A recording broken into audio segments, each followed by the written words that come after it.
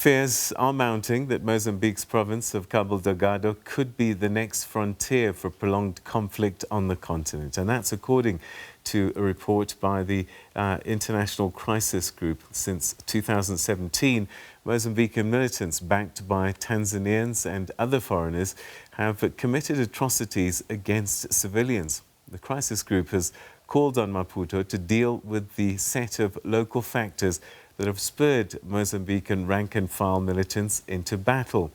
They also called on the government to take military assistance from external partners.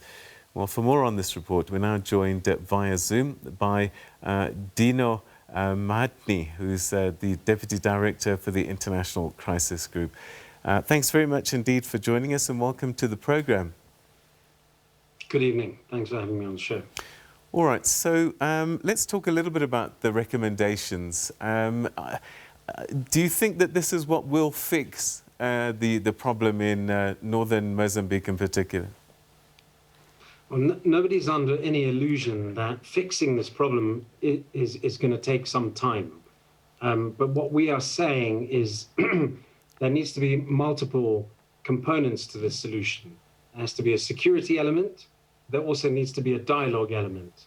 And this is simply because, well, as far as we've been told, including by Mozambican officials, they know that they cannot militarily defeat or exterminate this group. This is a group that is recruited, very deeply in Mozambican society, from local communities in Cabo Delgado. And so if you're going to defeat this group or degrade it or reduce it as a threat, you can't just simply stamp it out. It's got to be a negotiated solution that brings some kind of resolution to this conflict. And when I talk about a negotiated solution, it's really a social dialogue that needs to take place between the government and also the communities from which these militants are recruited, in order to soothe local tensions and reverse the flow of recruitment from those communities into the arms of what this local group is known as Al-Shabaab, and to reverse that flow of recruitment so that the state can pull back these young Mozambican boys back to the state and basically denude the group of its muscle and render those international jihadists that are part of this redundant. We've heard stories of people who've tried to defect and they were killed. So that while we talk about recruitment, sometimes it could actually be press ganging rather. Yes, indeed. Well, I mean, the militant group has forcibly recruited. Many of its young men have been forcibly recruited, and it's going around as a predatory force, essentially, kidnapping large numbers of people, many of which are women who have been forced into captivity, sometimes into forced marriages and sexual slavery. So there is definitely a forced element of this. This is why it also is incumbent on the authorities not just to use force to dismantle this group, but also, give the rank and file some other pathways to surrender. Are we certain that, we talk about negotiating and coming to some kind of agreement, but, we're dealing with a militant group that specializes in terrorism. Are we sure that they actually want an outcome? Some of these groups like what they're doing. Yeah, this is a good question. So you've got to look at this group as a composite group. It's not just one thing. There are, the way that we see it is based on our research, is that the rank and file, mainly Mozambican youth, have been drawn into this group due to primarily local grievances, feelings of exclusion from a resource boom that has not delivered them any benefits, And at the same time, there is a leadership element of this group that are hardened jihadists, some of which are from neighboring Tanzania. So you have almost like, well, there are multiple elements within this group, but in broad terms, two separate factions. You have the rank and file that are local Mozambican youth who are being incentivized by money to join this group, by the privileges that they can earn through the barrel of a gun, including extorting local populations, sexual slavery, things like that, material benefits, if you want to look at it that way. And then you have the brains of this group, which are hardened jihadists, a lot of which come from outside Mozambique, particularly Tanzania, although there are significant amounts of Mozambican hardened jihadists in there. And what the authorities need to do is two things. One, apply enough military pressure on this group to incentivize the rank and file to feel like it's not worth the fight, to start considering their options, and then to offer these young boys from that society, from Cabo Delgado, another way out. And I think, the local populations, the civilians that we've talked to, and local activists who are connected to communities, and we've accessed a lot of survey data from the ground that indicates that a lot of these boys will leave if they are given another option. And one thing Mozambique has on its side right now is about $1 billion that's lined up by international donors to start pumping in and to channel into these local communities, to soothe local tensions, to involve the local communities in the redevelopment of their communities.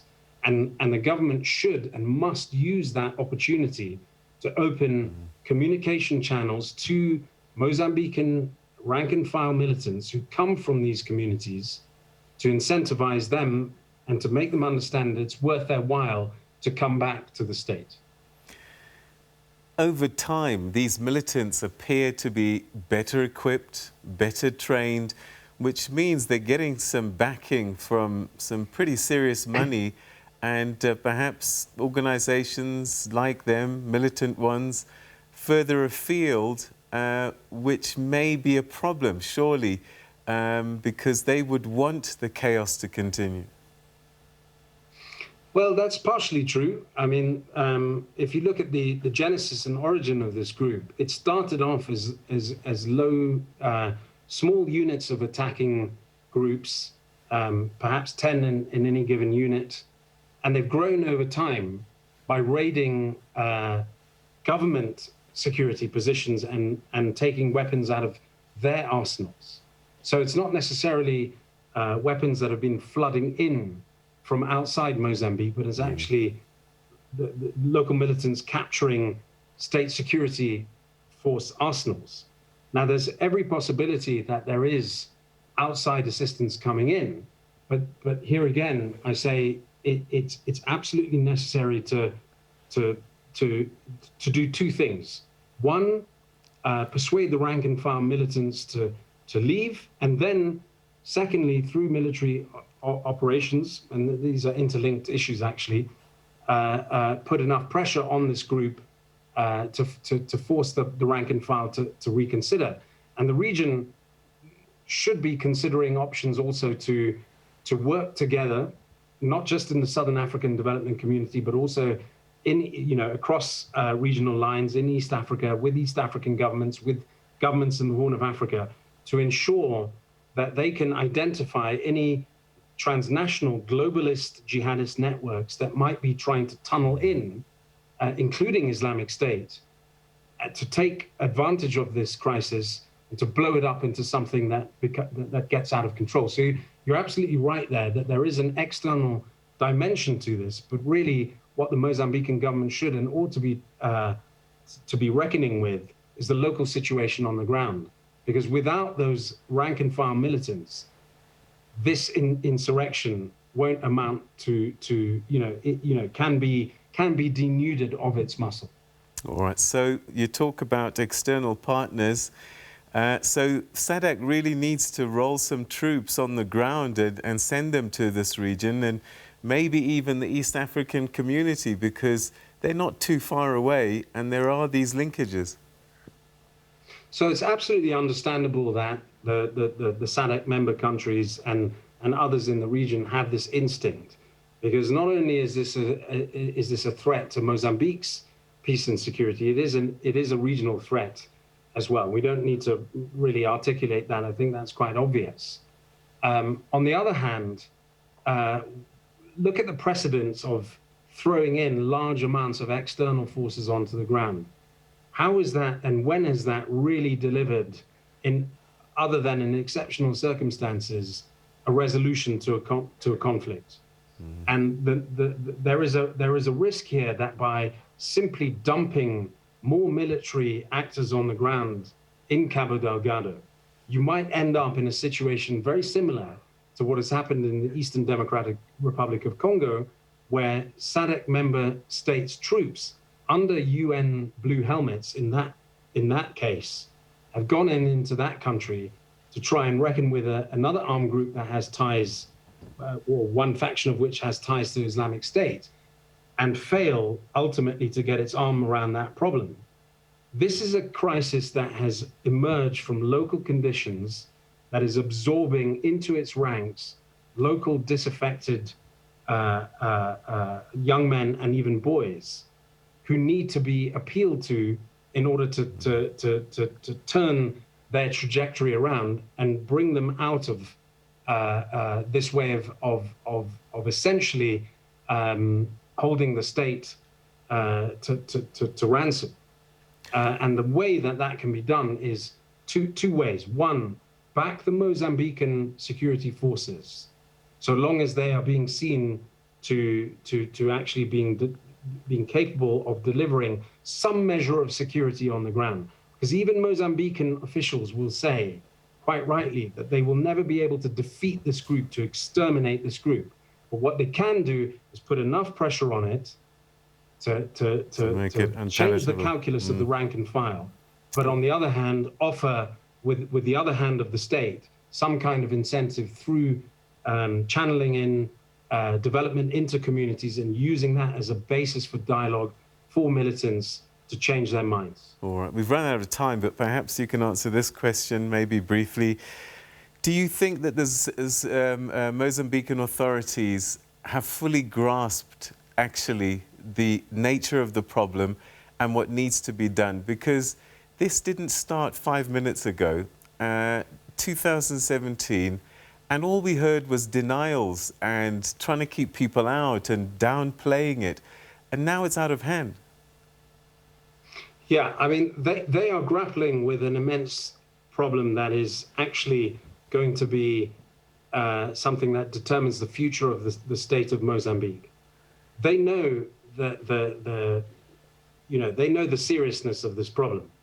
On the other hand, and they know it also because look at what they stand to lose.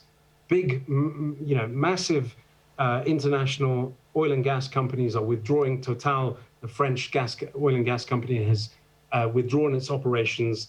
This is a massive project on which the country was pegging its future development hopes. So they're fully aware. It is true, the critics of the Mozambican government will say that they don't want foreign troops because into Mozambique, into Cabo Delgado, because Cabo Delgado is a well-known repository of all kinds of illicit and illegal economies, including the drugs trade. Now that's a problem that needs to be dealt with.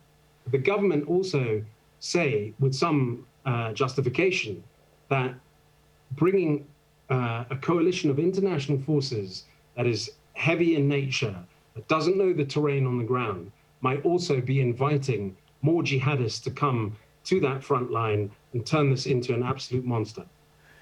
Dino Mahtani, we're going to have to leave it there. Thank you very, very much indeed. Your insights and thoughts, greatly appreciated. Thanks for your time. Thank you very much.